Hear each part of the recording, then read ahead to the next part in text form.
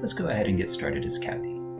Kathy is an account manager at XYZ Incorporated, and she wants to know what's happening with the ACME account. She logs into the Account Planning Suite on Salesforce and heads on over to the Account Growth Plan.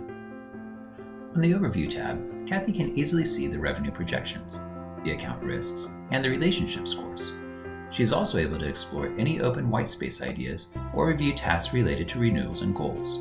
Kathy has recently been alerted to a hot new opportunity in Salesforce. She knows the name of the person that would be responsible for signing the contract, but she doesn't have an existing relationship with them. Fortunately, Kathy knows she can generate an influence path by selecting the opportunity and decision maker. This automates the creation of the ideal influence path by providing a primary path to the decision maker from one of their influencers. Kathy now knows the best influence path for her opportunity.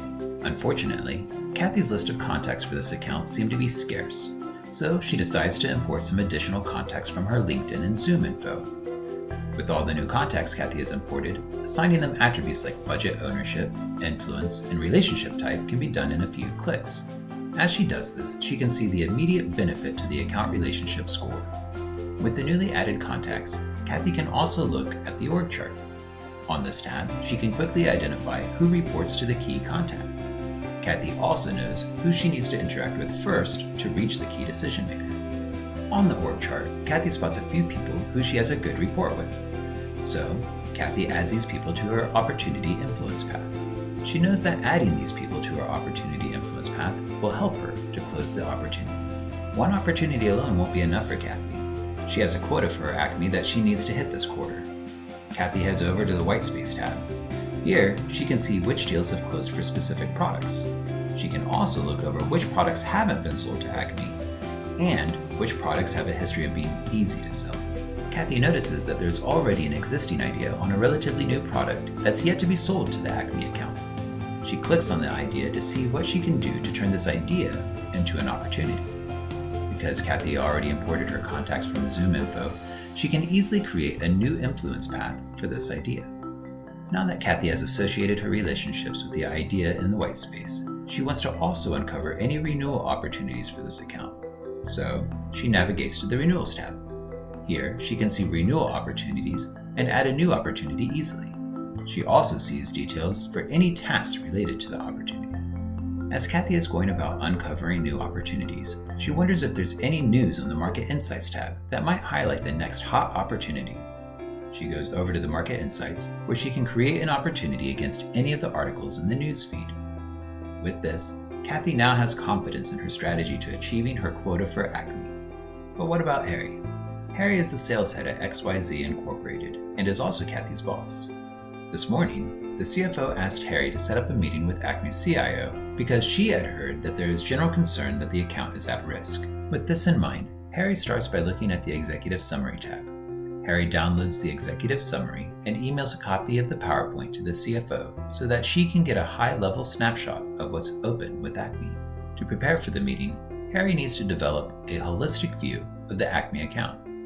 He starts at the Overview tab, where he looks at the Imperative section. Here, he sees Kathy's new idea associated with a key imperative.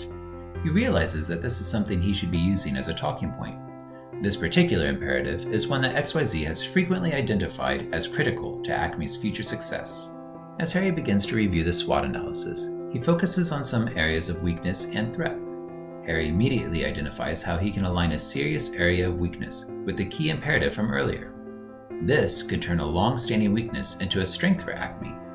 Harry has heard that ACME recently put out an RFP for this solution, and he would like to gauge the likelihood of selling the solution based on the XYZ's known competitors. So, Harry goes over to the competitive assessment section, where he can see XYZ's competition for ACME's business.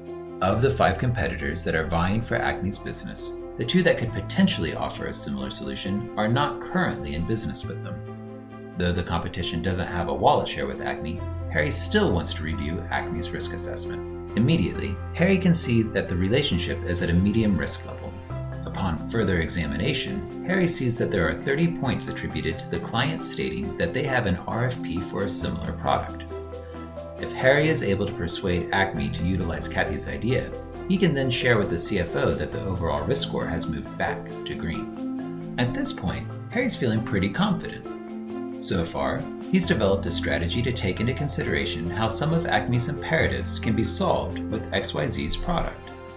With that, Harry will be able to turn ACME's traditional weakness into strengths for the organization. The last thing he needs to do is ensure that he is incorporating some of ACME's goals into the conversation. With this, Harry is fully prepared for his meeting with the CIO.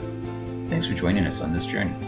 Don't forget to check out the Einstein Analytics add-on for Account Navigator.